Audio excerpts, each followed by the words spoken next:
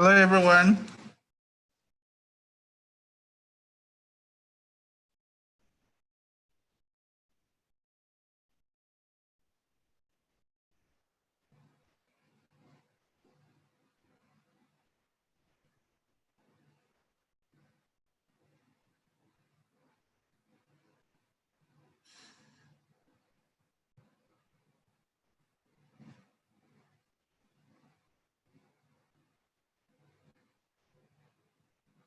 Hello, everyone. Good day. It's so exciting to see each and every one of you here. So today we are going to be focusing on how to build a sustainable business with Chris here. I think Chris is already on the call, but I can't see Chris. Chris, can you turn on your video?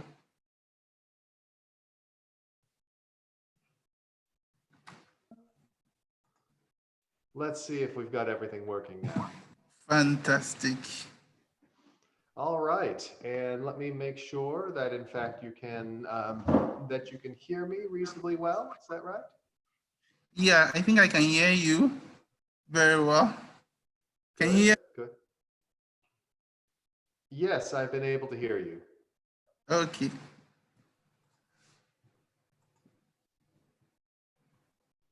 Okay, great. So I will just move right away to business.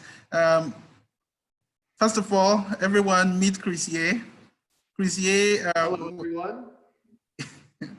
Chris Ye was one of my mentors at the Unreasonable Institute, and he has been a huge inspiration to me. I've been following him on Facebook and reading a lot of his articles. Chris, an investor, a graduate of Stanford and Harvard, and he has done a lot of great things in his life, and one of his landmark projects has been the book Blitzscaling, which he wrote with Reid Hoffman, the founder of LinkedIn. And today, Chris is going to be speaking about how to build a sustainable business, and then he's going to dive into other topics. So, Chris, the floor is yours. Thank you so much. And again, I appreciate everyone being here. I will apologize in advance if I am tired at all, because it is 7 a.m. over here in Silicon Valley. So it's a bit early. This is probably the earliest webinar I've done, but I'm very glad to be here. So what I would like to do is to take advantage of the fact that we have this chat to make this as interactive as possible. Now, I can talk about a lot of different things in terms of how to build a sustainable business, but I'd be very curious as to what kinds of businesses people are thinking of building and what specific kinds of questions they might have. So if you can take a moment, use the chat to tell me about your business and to tell me about what kinds of questions you have. That way I can make sure that what I talk about today is going to be as relevant as possible. And I see people issuing their welcomes. Hello, thank you so much for coming in. Hello, hello. It's great to see all the interactivity. Also, I'm curious, how have things been going where you are in terms of this COVID-19 virus? It is obviously one of the big topics of the day. I can also talk a little bit about what I know about what's going on with the virus and what I predict is going to happen in the future. Joel mentions that he's begun reading the book Blitzscaling. Excellent. Well, thank you so much, Joel. That is wonderful stuff. Groceries. Veronica says she's into groceries. Groceries, especially grocery delivery, is very strong right now because of the pandemic. So that is a good area to be in. Farouk mentions he's in agribusiness. So absolutely, agribusiness is going to be very important as we continue to try to feed people. Here in the United States, there are actually issues with the supply chain around livestock. So there are a lot of interesting things. I was actually approached recently by a company that makes, let's see, what was it? Basically 3D printers for food. And it really seems like one of the things the pandemic will do is to accelerate the progress.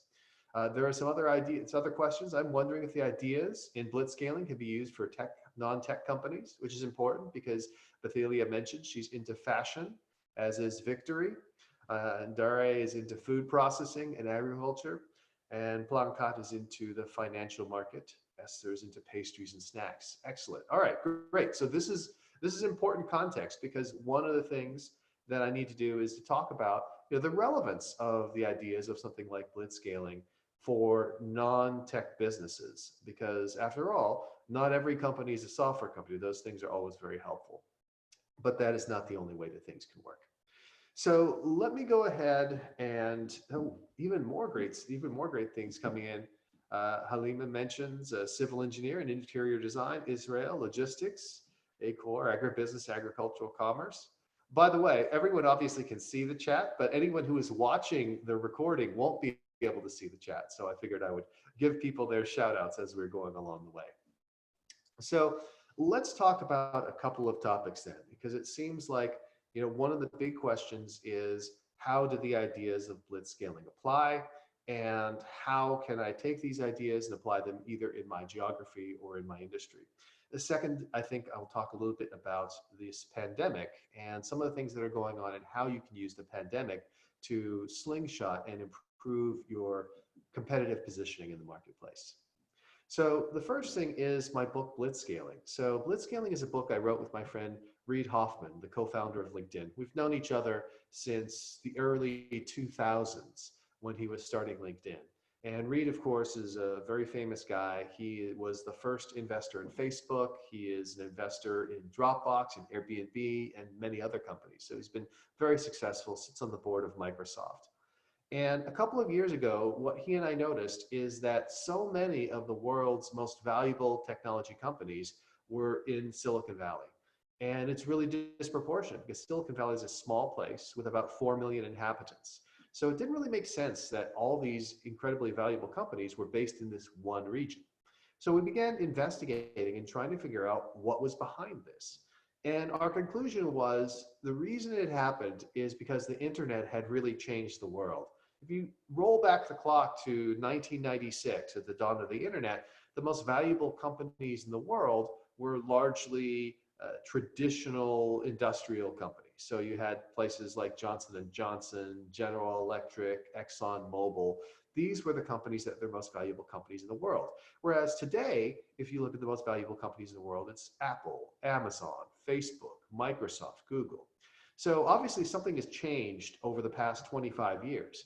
And the thing that changed is the internet. So what the internet has done is the internet has connected all of us. Obviously, I'm speaking to you via video today from Silicon Valley. You are scattered all across Africa and all across the world.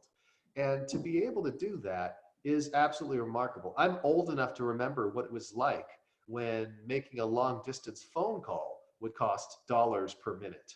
And now here I am broadcasting video to you around the globe on a platform which costs, $50 a month at most.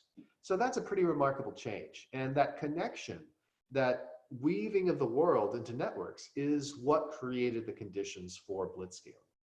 And so it's because we have all these connections that we now exist in a world where more and more markets are winner take most. And what I mean by that is that more and more markets have network effects or land grab effects. These are effects that mean that if you become the market leader, it becomes really, really hard for someone else to achieve market leadership.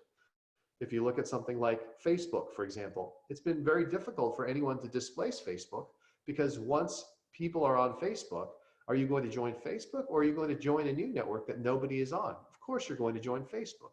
It just makes sense. Similarly, if you look at a product like an Airbnb, for example, it's a marketplace where if you're looking for a place to stay, you'll probably go to the place where they have the most places to rent. And if you're looking to rent a place, you're going to go to the place where there are the most people who are going to buy. Same for eBay. So these winner take most markets really reward market leadership. And what had set Silicon Valley apart is the willingness to be very aggressive in the pursuit of growth. Now, the interesting thing, of course, is blitzscaling. So blitzscaling is a term that we made up that we use to refer to the pursuit of growth, the pursuit of rapid growth by prioritizing speed over efficiency, even in an environment of uncertainty. And the reason that speed becomes so important is you can think of all of these different endeavors as a race. So if you think about the Olympics and you think about the sprinters in a race, what matters is your ability to move faster than the other sprinters. Yes, of course, it's great if you set a new Olympic record or a new world record, but you get a gold medal or not based on whether you beat the other people in the race. And so when it comes to blitzscaling, the idea is, how do you prioritize speed to move faster than your competition, to win the race at all costs? Now, the interesting thing is, how does blitzscaling apply to different industries and different geographies? Because of course, we sort of established that it began with Silicon Valley. And so the question would be, how do the lessons of Silicon Valley, primarily software companies, apply elsewhere? Well, if you noticed, the key distinction is not what is the technology you're using. The key distinction is, are you in a winner take most or winner take all market? And if you are, how can you move as quickly as possible in order to become that market leader? And so that applies to any industry. Now, it doesn't apply to every industry, right? There are certain industries where there truly is not a winner take most or winner take all market. So if we consider, for example, the industry of grocery stores, we heard from a number of entrepreneurs who are in the grocery space. If we think about grocery stores, is this a winner take most or winner take all market? Well, there are certain things that tend to produce an oligopoly of grocery stores, at least in the United States. Basically, locations and being able to have prime locations in developed cities. But if you're in the emerging world, where many of the cities are still growing, this isn't nearly as big a factor. And so grocery stores are not necessarily an area where it's a winner take most market. In fact, the best thing you can do is focus on efficiency instead of speed. If you want to build a set of grocery stores, you want to build a sustainable business, because you do not necessarily have the ability to raise large amounts of money from venture capitalists. So one of the questions that came up that Joel asked is, how can the ideas be applied without the aid of a venture capitalist? So venture capital is certainly a part of the story of companies like a Google, like an Amazon, like a Facebook, but it is not the only way. And the key thing to remember is that blitzscaling is a relative technique. Are you growing faster than your competitors? Have you found a way to get ahead in the race? And if nobody in your industry has access to venture capital, then the fact that you don't have venture capital is not necessarily holding you back. You just have to find other ways to successfully fund your growth and successfully move faster than your competition. And by the way, a lot of people hear blitzscaling, they think it's all about spending money. That's not true. Of course, spending money can be part of it, but what it's really about is figuring out ways to move faster. One way is to spend money, but another way is to actually figure out a clever way around it. Things like viral marketing, for example, that allow you to grow without having to spend a lot of money on customer acquisition. If you're smart and you're able to find techniques, ways around this, ways to leverage other people's networks, then you can grow very rapidly, even without venture capital. Now, the other question that people asked is, well, what about geography? What about industry? Again, it's relative.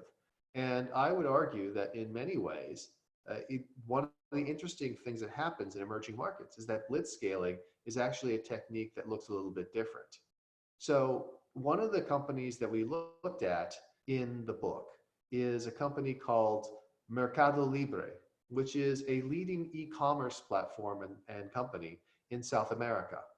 And Mercado Libre is a company where it was basically established to take on the role of an Amazon and an eBay in South America. And what they found when they built the company is that early on, it was difficult because they didn't have the same level of infrastructure as in the United States. They didn't have the same logistics. Here in the United States, if you want to deliver something, you have the United States Postal Service, Federal Express, and UPS, United Parcel Service. And FedEx and UPS and USPS are all very, very easy to ship to. So you could just build a warehouse and tell them to come pick it up, and you could count on it getting there. Similarly, the credit card network was very well established. So if you wanted to take orders online, you could collect the money very easily as well. Mercado Libre in South America faced a very different situation. So in the early years, their growth was actually slower because they had to build out their own payment system. They had to build out their own logistics system. And this meant that they were growing more slowly than companies in the United States. But this didn't mean they weren't blitzscaling, because the real measure was against their peers, their competitors in South America. And all the rest of their competitors were facing the same challenges. So they weren't falling behind. In fact, even though they were growing more slowly than a lot of companies in the United States, they were still putting distance between them and their competition, which meant that they were gaining and getting closer to that market leadership. Then, as they developed their infrastructure and began to grow even further, because they owned their own infrastructure, they actually provided a greater competitive moat. And that meant that they could actually grow faster. So in fact, blitzscaling companies in emerging markets like South America or China or Africa, once they reach the stage where they've established the necessary infrastructure, are actually in a better competitive position than blitzscaling companies in the United States. They can actually grow faster and over a longer period of time as a result. So that's really exciting. The final note is just in terms of, let's talk about sustainability. So blitzscaling isn't something that you should always use. Yes, it is a very powerful technique that allows you to win a winner take most market. But if you're not in a winner take most market, that doesn't mean you can't build a great business. It just means that you should apply the techniques of blitzscaling more judiciously. Instead of always trying to move as quickly as possible, you might try to balance things out. I was talking with a company yesterday. It's a company based out of Canada that has really gained a lot of advantage during this pandemic. What they do is they make tools that help teachers manage classrooms, and they basically turn doing homework into a video game. So students will do their homework and they get uh, rewards inside the video game that allow them to, fight dragons or be more powerful or what have you. And because all the schools in North America have been shut down and people have been sent home, all the children are now learning from home, this technique has become more important than ever. And so they were asking themselves, well, how aggressively should we grow?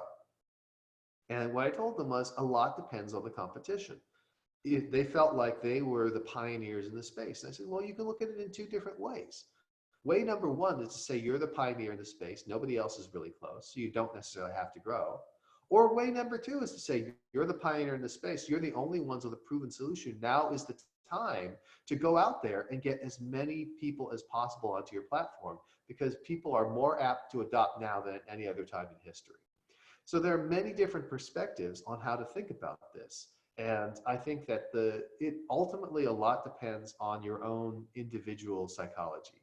What are you going to be willing to live with? What is going to feel good to you? It's going to let you sleep at night and allow you to live your life. Because at the end of the day, the reason to start a company is not necessarily to just make the most money possible. The reason to start a company is to find a happy life for yourself. And that means building a sustainable business, not just from an economic perspective, but sustainable from your own personal life perspective. I personally have chosen since the year 2007 not to be a CEO. So this is over 13 years ago. My children were small. I had just gotten done with my work as CEO of a company called Ustream, which later sold to IBM for $130 million. It's a great outcome. But at the time, I realized that my children were only young once, that I was working around the clock, and that I didn't want to be CEO anymore. That was a lifestyle choice that I made. Now, you may have a different opinion. You may want to run a company. You may thrive on running a company. That's great too. But for me, it wasn't sustainable. And so I think a lot of it is to look at the question of sustainability of your own life. Are you able to maintain the relationships with the people that matter to you? Are you able to maintain your health? And if these things are not looking good, then even if the business is economically sustainable, it's not clear that it's personally sustainable. So anyways, that's a quick overview of blitzscaling and some thoughts on sustainable business. But what I want to do is I want to circle back around and start looking at some of the questions you have, because I always believe that the most important thing that a speaker can do is to address the various questions that people have. So let me start picking up other questions. You guys could feel free to continue asking them in the chat. So one of the questions is from God's Favor, who asks, I have a good streaming service idea. I like streaming services, but I haven't been able to raise the needed funds to fully start. I believe that's the number one problem most young entrepreneurs like me face. How can we overcome this challenge? So this is one of the core challenges of being an entrepreneur. You're an entrepreneur and you're trying to make something happen, but you probably don't control all the resources necessary to make those things happen. I think we would all love to already be independently wealthy billionaires with the ability to fund our own companies, but that's just not the case for most of us. And even those people who are independently wealthy billionaires who can fund their own companies, I would not recommend that they do that, because part of the benefit of raising money is getting other perspectives and being able to convince other smart people to join in your efforts is valuable, both because it's a good filter to let you know whether or not your idea is good, and also because they are smart people too and they can help you out a lot. So I think it's okay that it's a challenge to raise funds. Now, how do you actually make this happen? What you need to do as an entrepreneur is find a way. And usually what I tell people to do is, well, yes, I know you have a plan for how you would use hundreds of thousands of dollars to do it. But tell me what your plan is if you have to do it with $100 or $10 even. And it's all a question of scope. So you may have in mind, hey, this is something that I can build with this amount of money. I'm like, okay, can you build a viable prototype, a rapid prototype, more cheaply and inexpensively? Now, the reason this is so important is regardless of how brilliant your vision is, it's unlikely that you're going to get it right the first time. And so if you spend all your money building out the first instance of the product, you're going to rapidly learn that things are actually very different than you think, and you needed to build something else. My co-author Reid Hoffman talks about this in terms of a principle he calls launch a product that embarrasses you. His whole notion is, you can learn so much more from the market than just by trying to figure things out on your own. So what you need to do is to get something out there. And it can be very rough. Like, for example, when it comes to testing things, I think a lot of people feel like, oh, I need to build a complete app in order to see how people react. In the end, you will need to build a complete app. But up front, maybe you can do things manually. Maybe you can have people send you an email or message you. Maybe the app can be approximated by having people ask questions on WhatsApp and then receive their things manually. So the key there is not, is it going to be scalable? Obviously, things being done manually aren't going to be scalable. But the answer is, the question is, can you learn more quickly? In the early days of Airbnb, company which has grown considerably since then, they discovered that one of the things that they needed to do is to get better photographs for their hosts, so that when people went to book rooms, they would see something that looked nice, that was professionally photographed, instead of what most people would do, which is to take a photograph with their phone that didn't look very good. And so what they did is, instead of building some sort of sophisticated software to do this, the founders flew to New York City, where most of the hosts were, and they went from host to host, and they actually took the photographs themselves. Now, that's not scalable, but that was the quickest way to discover, will better photographs make a difference? You should be thinking about your startup as a series of experiments, and you want to be able to run those experiments as quickly and cheaply as possible, because what really sets you apart from an established company is the rate of learning, your ability to rapidly iterate, try things out, find out how to make things better. And so if you are able to iterate and do so without spending money, then over time, you'll build up a set of evidence, a set of conclusions that will eventually demonstrate your knowledge of the marketplace, your traction, your ability to execute, and that will eventually help you raise money. So if you think that you're stuck because you can't raise money, think instead of, what are the experiments I'm trying to run, and how can I run them as fast and cheaply as possible? Let's see, we have more new messages coming in. So let me just try to pick those up. So the question from Al Hassan, how do I start an IT hub I get to leverage on institutions like Cisco and Huawei Academy from scratch? So this is a great example of how can you find something very much from scratch. So if you want to start an IT hub, and again, I don't know whether you're thinking about doing it in a virtual IT hub or a real world IT hub, but I think what you could do is you could say, let's figure out a very simple way to get started. So let's say you were to get some free blogging software just to publish a website, or any website publishing software. And you first said, okay, let me curate together some information from Cisco's Net Academy and Huawei's Academy and put it together into a course with additional materials and annotation that you created. And the reason it would be necessary is because there may be things that are specific to your market or specific to your industry that Cisco and Huawei have not considered. but where you can now add value. You don't have to reinvent the wheel and rebuild that content. You can use their content and then add your annotation. And then again, just attract people to this website that you set up and see, do they react to it well? Are they able to actually learn from it? Does it solve the need you think it solves? And over time, as you build up the traction, you may eventually decide, you know what, I'm going to record my own YouTube videos with instructions for people instead of relying on what Cisco and Huawei have built. But you can do that after you're sure that there's demand. Once you're sure that there's demand, all of a sudden it becomes a lot more effective to say, hey, these are things that I can do. By the way, Mene, Blessing, do you have I saw that you popped up. Are there questions that you want me to cover? Wow, the number of messages is just exploding. Yeah, so to help you out, I wanted to make this very interactive and also to get some real life entrepreneurs have the opportunity to ask you some questions directly. And then after that, I would then ask some questions and help collate some of the questions being asked so that it's more organized. So one of the entrepreneurs who I have on this call, his name is Andrew Arelogbe. He's a panelist, and he runs one of the best or one of the brightest tech startups in Nigeria. So I would like him to have a conversation with you briefly by introducing himself and also talking briefly about his business, and then asking you some questions that I actually believe would help to really grow his business. So Andrew, I'm unmuting you now. Great. Thank you so much, Blessing. Andrew, can you turn on your video? Yeah, sure.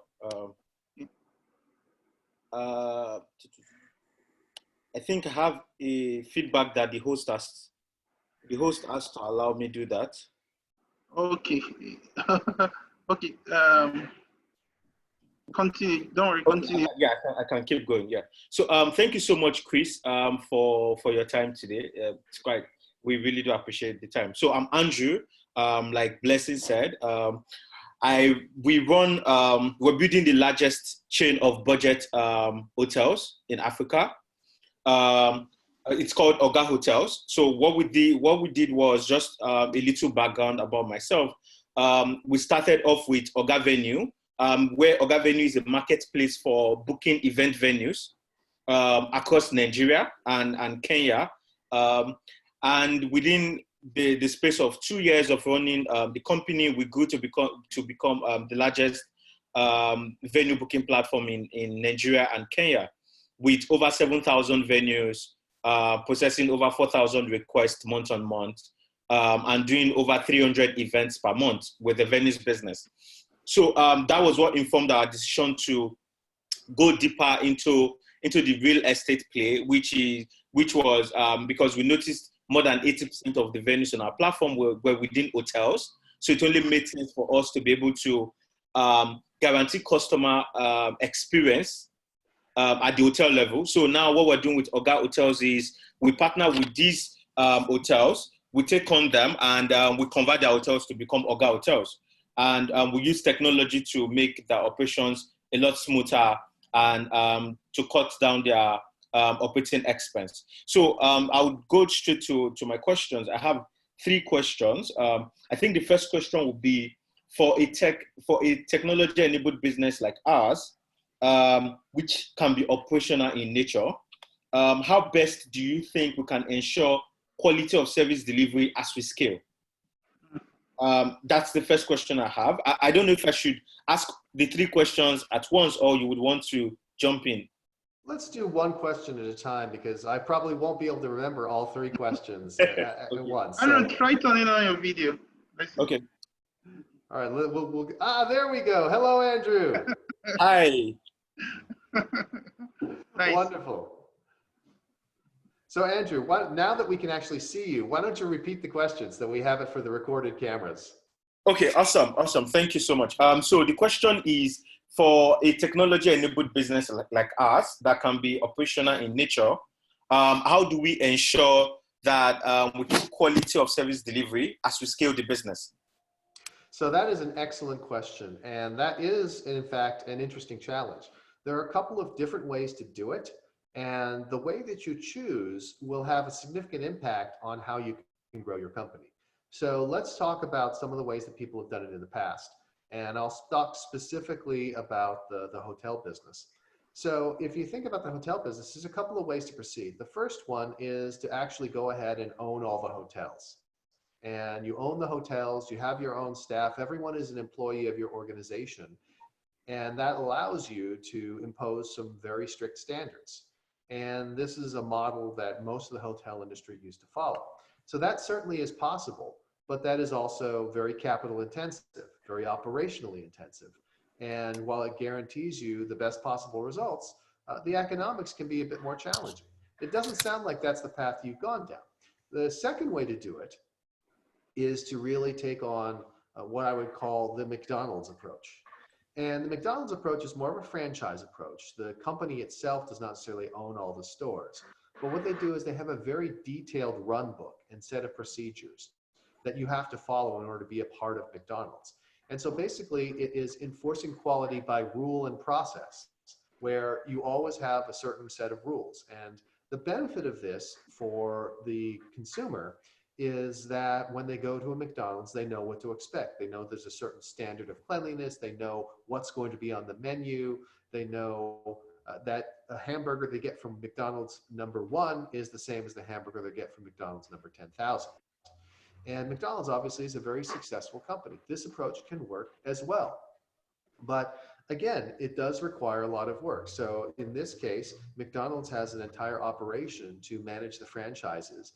And a big part of what they do is they have what they call Hamburger University, which is a corporate training program where all those new franchisees have to go in order to actually learn. And this is only possible because McDonald's has been so successful over time. There is a giant waiting list of people who want McDonald's franchises. And so they're willing to jump through all these hoops to go to Hamburger University to spend all this time in order to be a part of the McDonald's operation. So that's another way to do it. And then the final way to do it, if you're trying to figure out a way to do this in a relatively lighter weight way, is to really build a strong culture. Now, McDonald's does this as well, but they also use the procedures. But especially in an emerging market environment where you cannot necessarily expect the hotels to act exactly the same way from location to location. A rural hotel is in a very different situation than a hotel in the heart of Lagos. A hotel in Lagos is very different than a hotel in Kenya or someplace else because the local conditions are different. And so instead, what you need to do is to say, well, we have to figure out what our core principles are, our core operating principles, and then build a culture where we are able to trust the individual operators of these hotels to make local accommodations while still really having a strong sense of what the culture is and what those values are, that the principles that we all follow. And this is challenging in some ways because, again, now it goes from a simple black and white, are you following the rules, are you not following the rules, to a question of interpretation. And that's why that strong culture is so necessary. People need to feel like they're a part of the culture, that they really believe in it. Otherwise, they're not going to believe that any sort of judgment or decision that you make in terms of what is and isn't appropriate is fair. And they have to be bought into that process in order for that to work. A great example of how this has worked in real life, again, not exactly the hotel space, but a good sense of it, is that Netflix is very famous for its culture deck. And Netflix has this 200 slide culture that spells out how they do things and what their, not what their procedures are, but what their values are and how those values play out. And having that really long culture deck and having very clear culture allows them to have fewer rules. Because if people believe in the overall principles, and then they can use their judgment, and meanwhile, everyone in the organization is empowered to say, is this something that fits with our culture or does it not fit with our culture? So those are all different approaches. One final comment on the business, because there's a company out in Asia that you may have looked at as a potential role model, Oyo Hotels, right? That is a very famous SoftBank vision fund investment that itself may be having some problems. I think that the reason that Oyo had problems is because they did what a lot of SoftBank companies did, which is to focus on growth at all costs. And so their objective was simply just add as many hotels as possible. And the question I would say is, well, how does adding as many hotels as possible allow you to have a winner take most market? Right? There is no winner take most market for hotels. There are various different hotels. They serve different market niches, but there's no one dominant hotel chain. And so as a result, I feel like it is better, in fact, to grow in a way that is more sustainable, to find hotel operators and owners that really fit with your culture, that really believe in what you're doing. Because I think what Oyo did was they just basically slapped the Oyo name on every hotel possible, even if it wasn't exactly in line with what Oyo was doing. And in doing so, they diluted the McDonald's sort of branding. Right? It meant that if you went to an Oyo, you wouldn't be sure it was exactly one way or another. You weren't sure what it stood for. All you knew is that the brand was on the outside. And I think that that's one of the reasons why they've lost their way a bit. I also prefer models where you are less capital intensive, even though it means that there's maybe a smaller amount of revenue available in the long run, because if you own everything, then you keep all the revenue. I think that the risk it imposes is much lower. I think it's especially visible in today's environment where we have the coronavirus pandemic basically destroying the travel industry. I don't know the extent to which hotel stays are down in the geographies in which you operate, but in the United States, hotel stays are down over 85%.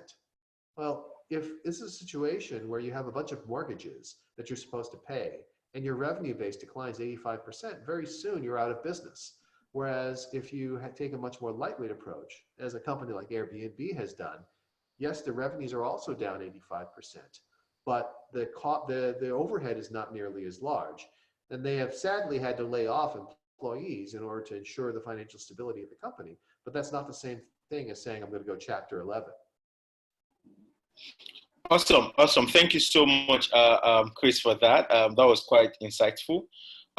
So just to chip in, we run a much lighter model than what Oyo does, because we've pretty much seen where they made a lot of mistakes down the line.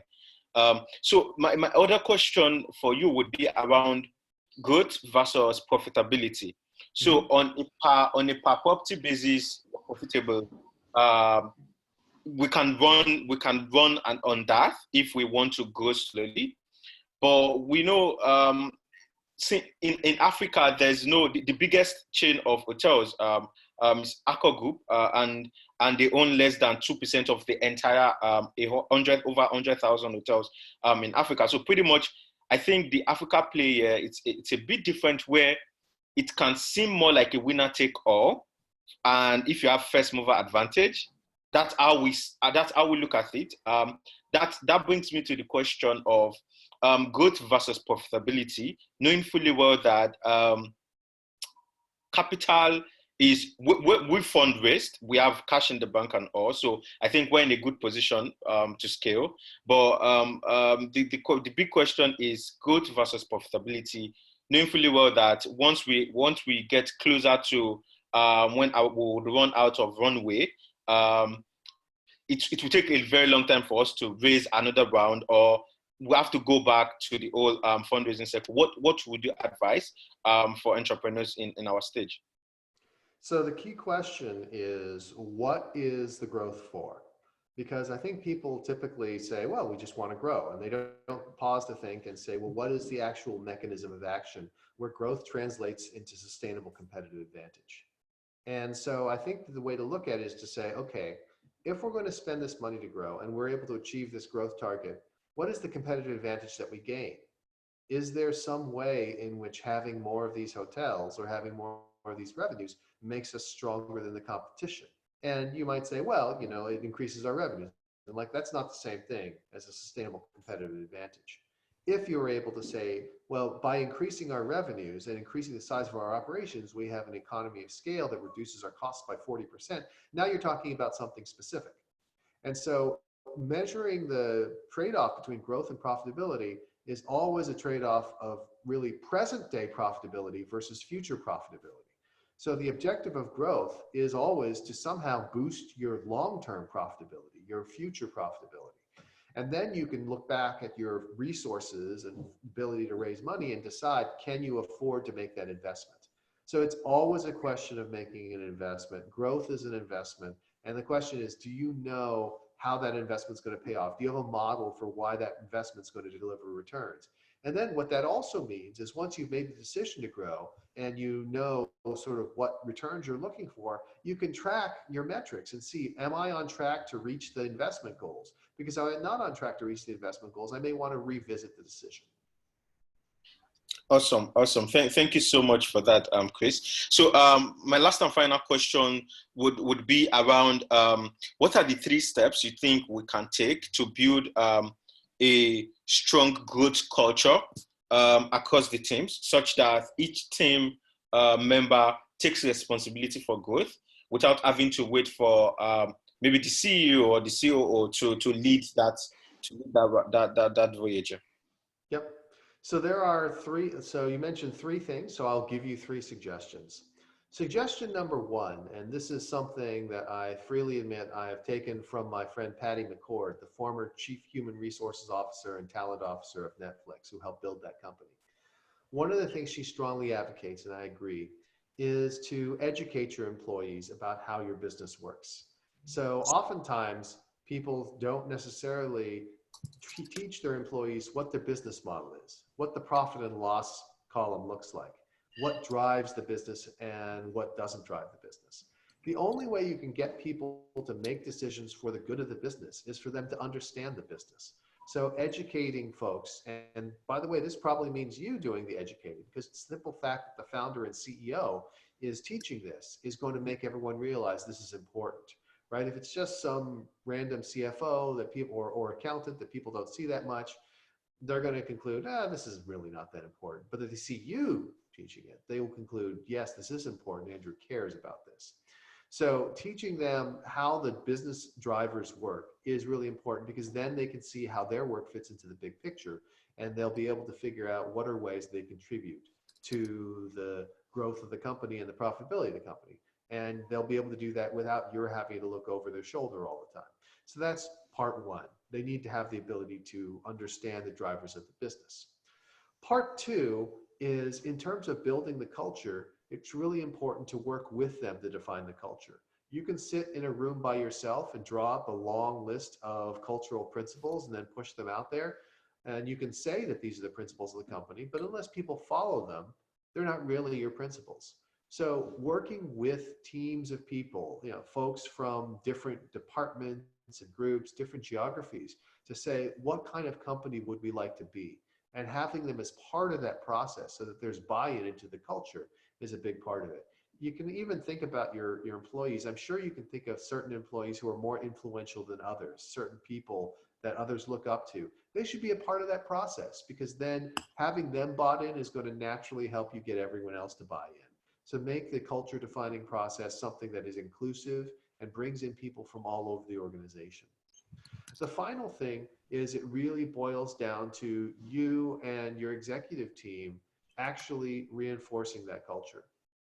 So that means spotlighting people who on their own had actually gone ahead and found a way to improve the drivers of the business and just went ahead and did it instead of having to wait for someone else to tell them.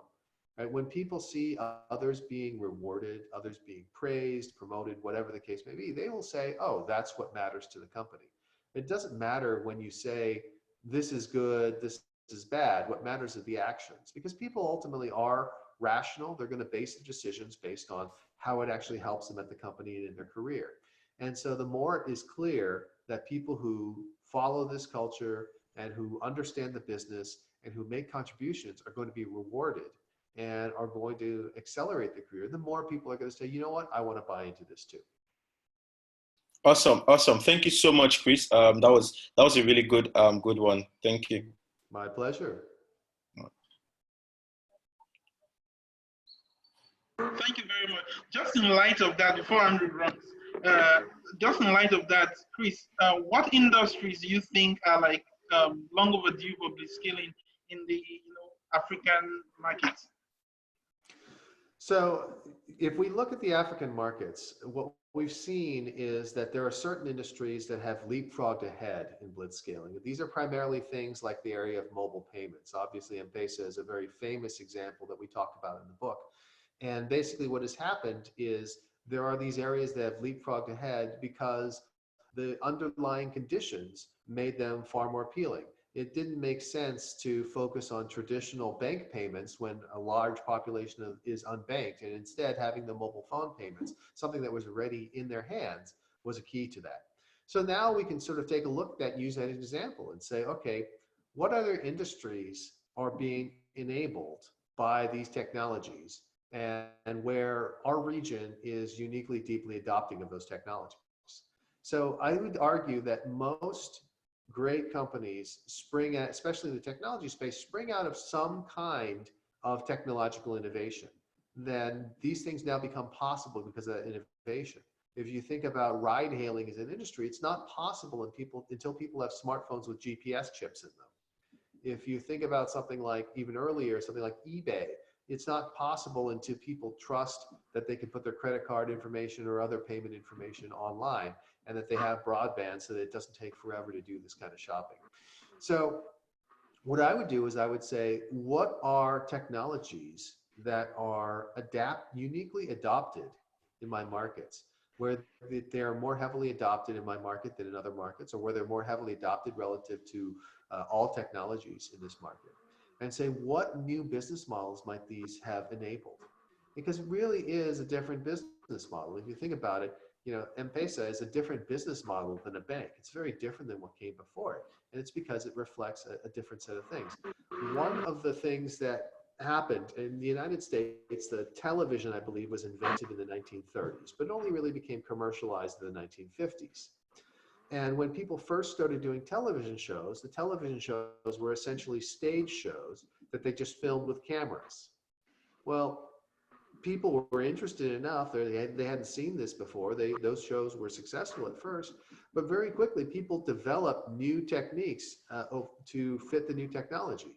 I Love Lucy is a very famous television show that essentially created the format, realizing that you could film this on a set, that you could have 3 cameras that allowed you to capture the scene from different angles, and that structured the show around certain story beats and jokes and things like that. And so it really took until you created something that fit the new technology for the business model to really take off. So I would just say, look for the new technologies that are disproportionately adopted, and figure out, if you were to build from scratch instead of just translating an existing business model, what would that business model look like? Okay, that makes a lot of sense. And I think one of the things Andrew was mentioning why he spoke was really about the kind of work he's doing, and how that and you were trying to explain to him that you love the fact that he's asset light, with his approach.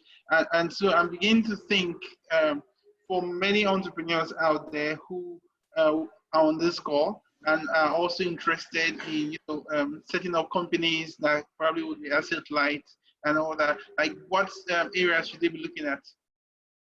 So if we think about setting up things that are asset light, obviously the reason is it just reduces the capital requirements. It's interesting. One of my friends from Unreasonable as well, Sam Alehu, says that it is actually easier to raise a large sum of money in Africa than a small sum of money. So I think he said it's easier. Sometimes could be easier to raise $250 million than $250,000, which is a funny statement, but it is true and not true, because obviously only a few people can raise that $250 million. It's not like they're handing out checks for $250 million on every side of the street. But when we comes down to it, if you're not one of the lucky few who can easily raise $250 million, then reducing your capital requirements is one of the best ways to actually make your company a reality. And so asset light models are really important. The other element of asset light models that are important is the adaptability. I mean, I just mentioned in the time of a pandemic where hotel stays are reduced 85%, an asset light model is much more likely to survive than an asset heavy model. And so I would just say that in general, you should pursue an asset light model. Now, there are certain exceptions. Let's say you already have the assets. Maybe you're at a larger company that has a set of assets. Well, it doesn't make sense necessarily to be asset light. You can take advantage of the fact that you have the assets and leverage them.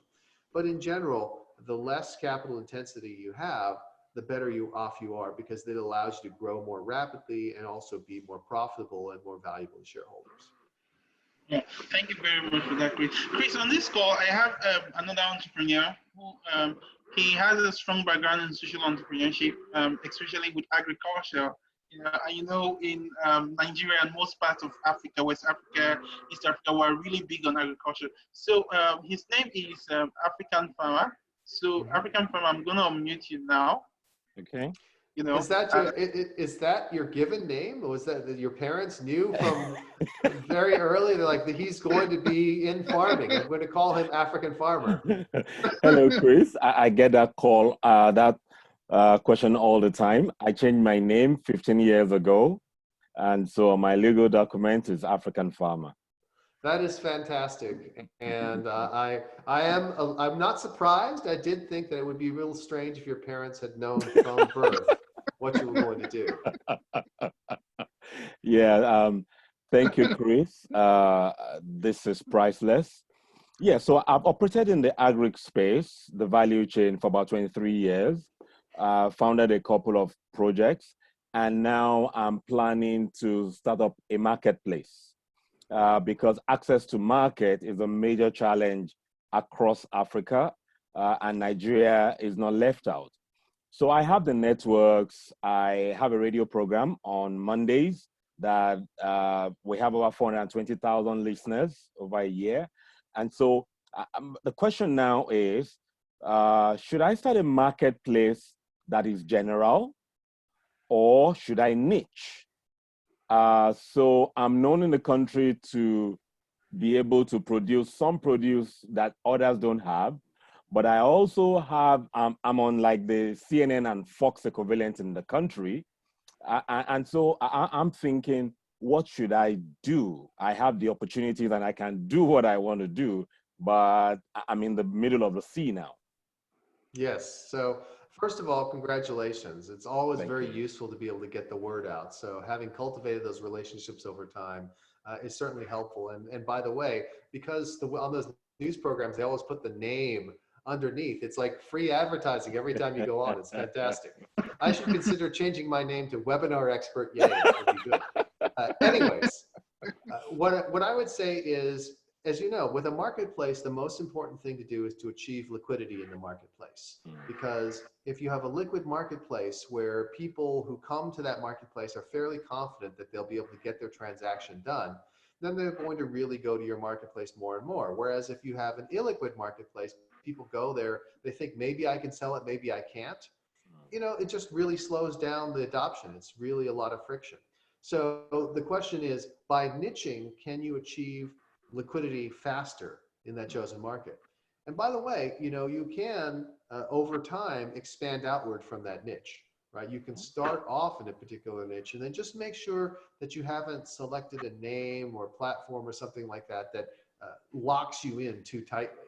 In many ways, if you think about something like eBay or Craigslist, they're very generalized, but they also rode some very specific niches to prominence. In the case of eBay, it started off really as a collectibles platform and then expanded outward from there. In the case of Craigslist, real focus was on sort of job postings and finding a place to live. And even though they weren't implicitly a niche company, they really did have a niche of some kind. In the case of eBay and Craigslist, it's also true that they came in when the internet was just getting started. And so that gave them the opportunity to be a little broader. In your case, what I would say is, if there is a specific niche, a specific crop or vegetable or fruit or something like that, where you uniquely have the ability to source it, and where it's easier for you to create a niche marketplace where you can see people come in and get their orders fulfilled quickly, then I would go with the niche approach, because that builds the credibility. Every time somebody comes to your marketplace and is able to actually transact successfully, that builds their confidence and makes them far more likely to come back. Whereas if someone goes to a marketplace and they go there and it's thinly traded and there's not much liquidity, they'll say, you know what, this is not for me. I'll come back when there are more people there. And if everyone says, I'll come back when there are more people there, then you never get more people. One example of this is, it's not exactly a niching like you described, but it's a different way of niching. There are companies I see that have local marketplace, local network effects. So there's a company I worked with that does used car sales, dealer to dealer used car sales. Okay. And what I told them is you need to focus on getting to scale and achieving liquidity in each individual market. It's not about the overall number of cars that you're selling. It's about what proportion of each market, what proportion of the Denver market, what proportion of the Pittsburgh market are you actually selling? Because once you get to above a certain percentage of that market, then nobody else is going to be able to catch up with you because your liquidity will be better than everyone else. So the key metric I would look at is I would say, well, what is the clearing rate? Which is to say, when somebody goes onto the market and is looking to buy or sell, what is the percentage of time that they actually achieve what they set out to do? And if that percentage is, above 50%, above 60%, then that's a good sign. If it's below that, if it's like 10% or 20%, then that's a bad sign because the marketplace isn't going to be sustainable. So if you believe niching will allow you to reach that reliable liquidity faster, then that's probably the way to go. Okay. One other thing, you've done a lot of things with people in terms of collaboration or partnerships. It's not really worked out well in this part of the country or on the continent. So I want to add, there's an advantage to, collaborating partnerships. It helps a lot. But when you find it's not so working here, what would you advise? What model will you suggest if you really don't want to work it alone and the environment also is not so good? Yes. So a lot of what I do when it comes to partnerships is I tell people, well, you should probably go on a few dates before you get married. And that is the issue with partnerships. So a partnership is not even an arranged marriage. I don't have an arranged marriage. I don't come from a culture of arranged marriages necessarily. But, even an arranged marriage is better than a random marriage. An arranged marriage, at least somebody is looking out for you and has some sense of whether or not it's going to work. Far too often, partnerships are like, well, I saw them on a dating app and okay, let's get married before we meet. I'm like, that's crazy. So what you do is you set expectations. And I always tell people, like, if somebody says we want to work together, I say, okay, well, let's figure out what a first project is. Because the first project may work out great, may not. We may decide whether or not it works out great. We may decide we want to work together. We may decide we don't want to work together. For all you know, I'm just a real jerk and you would never want to work with me. How are you going to know that unless you try it out? And wouldn't it be better if we did it with a smaller project so we could make sure it actually makes sense? So that's the approach that I would take. I would say set the expectations that this is dating, not marriage, that we're going to find and scope down a project that's small enough that we could do it in a relatively quick way and know whether or not we work well together. And when you figured out that you work well together, you try a slightly bigger project. If that one works, you try a slightly bigger project. And then eventually you might get married. Thank you, Chris. I think you've made my year. Thank you so much. And again, I'm now going to think about what kind of names can I change my name to? This is opened up my eyes. It's a whole new world. Thank you. And just a quick question, Chris. In terms of just building on the question African Farmer just asked, in terms of that, we do have a lot of Africans or Nigerians who have tried to go into partnership and it hasn't really worked. So the question would be, is it something cultural? Setting expectation works well, but how do you navigate through that? Especially when some of the entrepreneurs from here try to, put in for funding or, applications to some foreign accelerator programs and all that, they will always tell you, if you don't have a co-founder, forget about it. So I would like you to speak to that concern. Absolutely. So I would say that there is a bias against solo founders in most traditional Silicon Valley style accelerators. Whether this is actually a reasonable bias or not is difficult to say.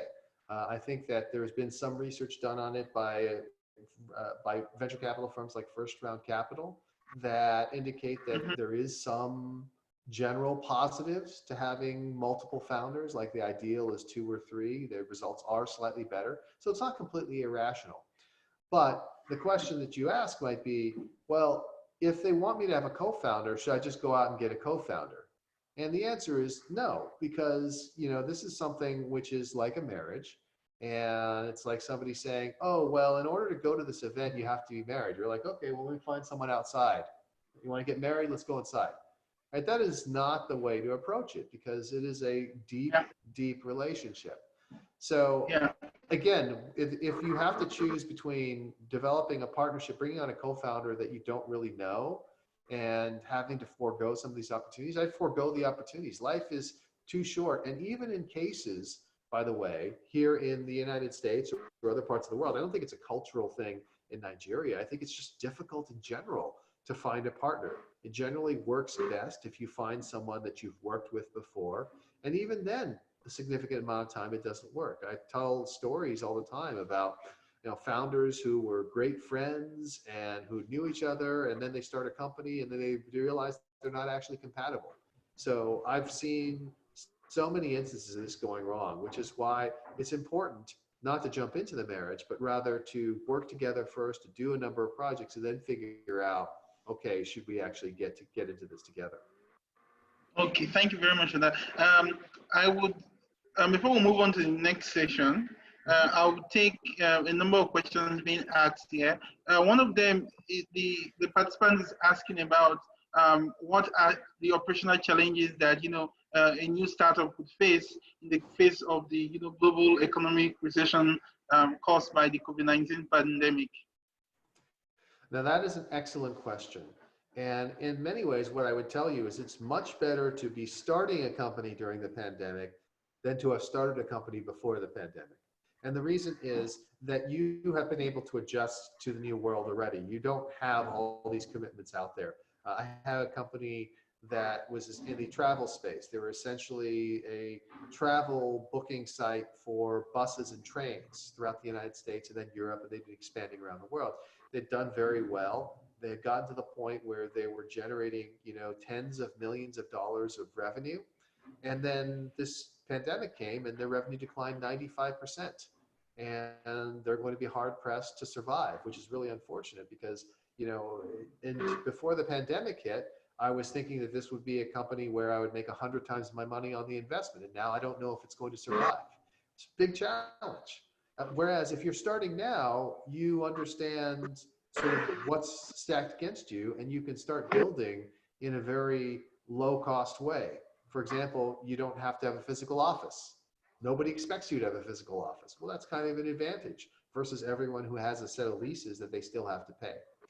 So thinking about starting something in the pandemic, first of all, it's a great time to start. Now, what are the challenges that you face? Well, the key challenge that you face is that behavior is just completely different than it was before and is somewhat unpredictable. Anytime we are starting a business, we're usually making some sort of bet on consumer behavior. And let's say we observe a new consumer behavior during the pandemic, that people are, let's use a silly example. Let's say that we look at this pandemic and we observe that the demand for toilet paper has dramatically increased. And so we create toiletpaper.com and we sell toilet paper by subscription to people who are trapped at home in the pandemic.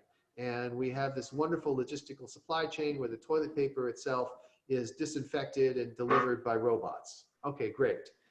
That sounds fascinating. Toiletpaper.com, delivered by robots, completely safe. All right, well, there's a huge set of challenges there. It's like, first of all, how do you build a logistical system with robots during this pandemic when everyone else's supply chains are messed up and the supply chains for delivering the robots are messed up? Okay, let's say you do that. Well, how do you know that people are going to continue to want to subscribe to toilet paper after this pandemic passes? I have a friend who wrote a editorial in the Wall Street Journal that came out this week talking about the pharma industry and the challenge around COVID-19 because, you know, as a pharma industry, they're like, well, it's difficult. It's non-economic. Let's say as a pharma industry, let's say a pharmaceutical company, you develop a perfect vaccine that prevents COVID-19. Well, there's a couple of things. First of all, the governments around the world are not going to pay you $1,000 per vaccine dose. They're going to say, guess what? You have to sell it to us for $5 a dose.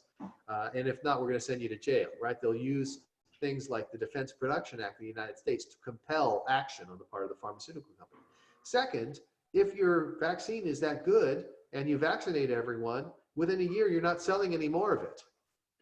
So all of a sudden, something that seems like it is a no-brainer, best business in the world, perfect vaccine for COVID-19, may actually be a terrible business because the world is going to react to it in different ways. So if you're thinking about starting a pandemic-related business, I think that what you have to do is you also have to realize that we are likely to see dramatic changes in the future. Hopefully there will be treatments and eventually a vaccine that allow us to return to a different setting than we are now.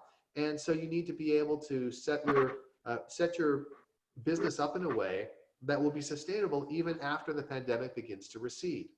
And for me, what that means is understanding that what the pandemic does is it makes it easier for you to get people to sample your product. So in the United States, previously, grocery delivery was a very niche product. Now it's very much mainstream because people are like, wow, I don't want to leave the house. I want to get my food delivered to me. And I can't get it from restaurants. I need the groceries delivered to my door. And I'd like them delivered in a sanitary way. Well, that's great. And the interesting question is, once people get used to having their groceries delivered, will they stop going to the grocery stores themselves? That's the question you have to ask. If you think about it, you know, there are behavior changes that are permanent. Take Netflix, for example. Netflix used to mail DVDs out, and then they started streaming.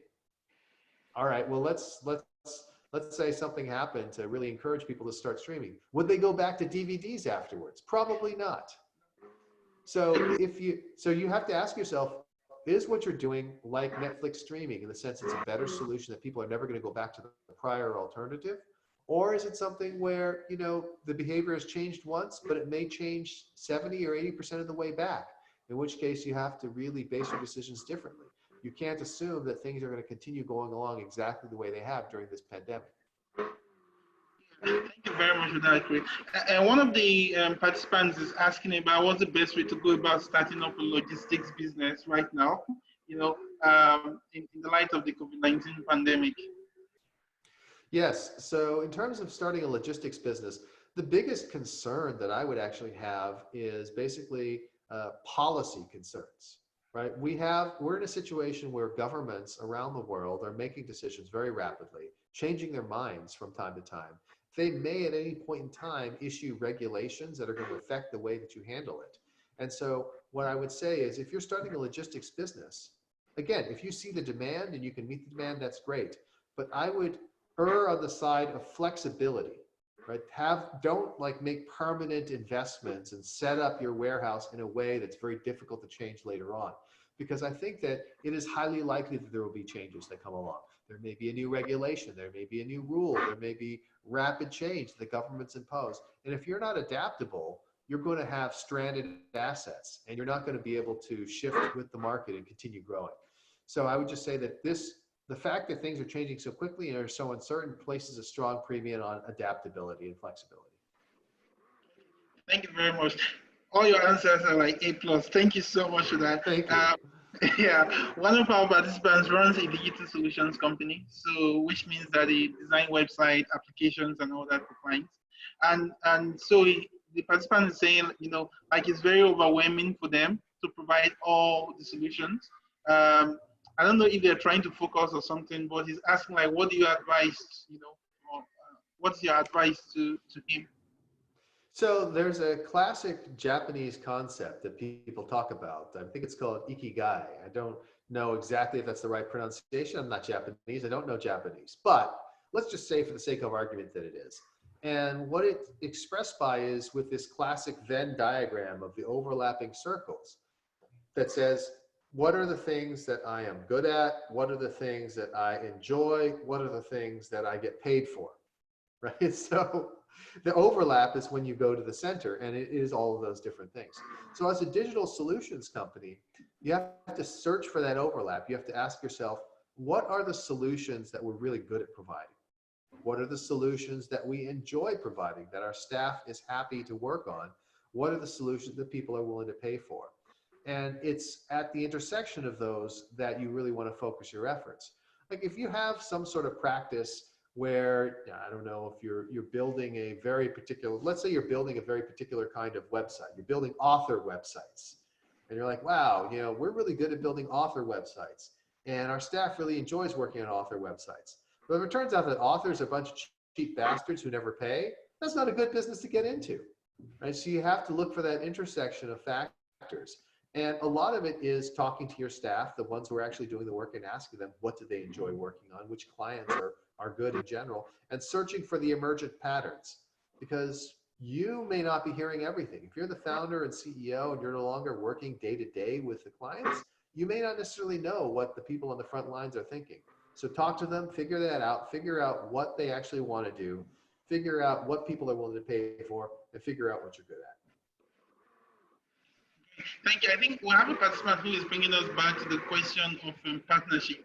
So this participant has a new business, and then he got an intended co-founder, you know, and so I think they don't have a legal binding agreement, but I think he just suddenly realized that the other new partner is kind of very dominant in the relationship and does not really take action, you know, when it comes to putting the idea into realization. So the participant is asking if he should fire his co-founder or seek out a way to amend the partnership process. So I would say that, you know, if based on what I'm hearing, which is, you know, we just described it in 20 seconds, but if you said, would you choose to enter into business with somebody who was very dominant and always wanted things their way, but never actually did anything? What would the answer be? I think the answer is pretty clearly no. You wouldn't want to get into business with them now. So if you wouldn't want to get into the business with them now, why would you want to stay in business with them? The complicating factor is without a legal document that tells you, you know, here's what people own and so on and so forth, they might come back and say, you know what, it was my idea. They could lie, they could sue, they could do all these different things. At least in the United States they could. I don't know what the laws are in every different geography, but that is a real risk. This is one of the reasons why it's difficult, right? I always tell people, once there's a lot of money involved, the human ability to rationalize anything is nearly infinite. And so as a result, you know, let's say, you know, this partner hasn't done anything to contribute, but it really looks like what you're doing is going to be successful. Well, if you don't get them to sign a document saying this is what they actually own, they can always come back to you 5 years from now and sue you. And if they time it right and they sue you right as you're about to IPO or right as you're about to sell the company, you're going to have to pay them off just because you don't want to risk what you're doing. So I would say, first of all, in the future, you got to be very careful, set expectations up front, have some sort of document, some sort of written document, even if it's not a contract, sort of laying things out, just so there's some precedent if you have to eventually go down the legal route. But then the second thing is, you know, it's only going to get worse from here. So you probably should try to find a way to negotiate a way to get rid of them. And, you know, they're like, hey, you know, it doesn't look like you're really passionate about this. How about if we figure a way to get out of this? And you may have to give them some of the equity, which is painful, but consider that tuition for learning a lesson. Thank you very much for that. I have a participant asking a question here. So he is an executive at one of the top agencies in Nigeria, at the Federal Capital Territory, and in his daily work, he provides a lot of training to entrepreneurs, you know, and other business development services. So, but he's kind of like worried because he does not have experience running a business himself, you know. So he's asking, like, is it possible to be very competent with business consulting without, you know, having some form of business or entrepreneurship experience? Absolutely. So, of course, you know, you may want to find other ways to get that experience. But the fact that you don't have the prior experience is okay. And I think that, you know, if you think about some of these great CEOs in history, if you look at somebody like Steve Jobs, for example, what was his prior experience before Apple? He had a job at Atari assembling things. Was that the experience he needed? I don't know. We look at Jeff Bezos, and I know a lot about Jeff's story because he worked for the company that I first worked for when I graduated college. He had already left, but by the time I got there, but you know, he had left college and gone to work for this company, and so he understood a lot about the financial services industry. He didn't know anything about selling stuff online. Yet he turned out to be an incredible CEO. Many of these great CEOs didn't have a business education, didn't have that much of a background. But what they do need to have is the ability to be what we call an infinite learner. So what you have to do is you have to go in and understand that there are many different ways to learn. You may talk to people, you may read books, you may try stuff. There are different ways to learn, but you have to decide what is your learning strategy and apply it to the challenges in front of you. If you're thinking to yourself, you're helping all these people, and the question is, do I just help them, or do I also take time after helping them to reflect on what I've learned, to codify some of the lessons, to continue testing my hypotheses? And if you are a learner, if you really focus on learning, then the fact that you don't have a formal education is not a big deal. Nobody ever said, you know what, we're not going to let Steve Jobs run Apple because he doesn't have an MBA. Thank you very much for that. Thank you very much for that. So I have an entrepreneur on the call. He's one of the most enterprising young people in Nigeria, and he's really very skilled with social media and all that. He runs a business and also has an NGO. So his name is Benga. So I want to put him up. Benga. Oh my gosh, he's got like 17 degrees behind him. Yeah, yeah.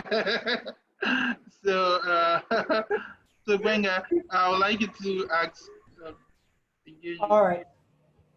Chris, thank you so much. I'm so excited to meet you. Thank you so much. Read so many things about you. My pleasure. So, yeah. So my name is Benga Ogunbowale. I'm a social entrepreneur from Nigeria, and I'm a founder of the Orphan Empowerment Society, TOES. So that's my NGO. The NGO is working to end orphan poverty in Africa, and we've empowered about 23,000 orphans across 19 countries. Essentially, we empower them with vocational skills, medical care, and food. So the idea is that we want to help orphans acquire skills, because usually what happens is that in orphanages, they rely on donations.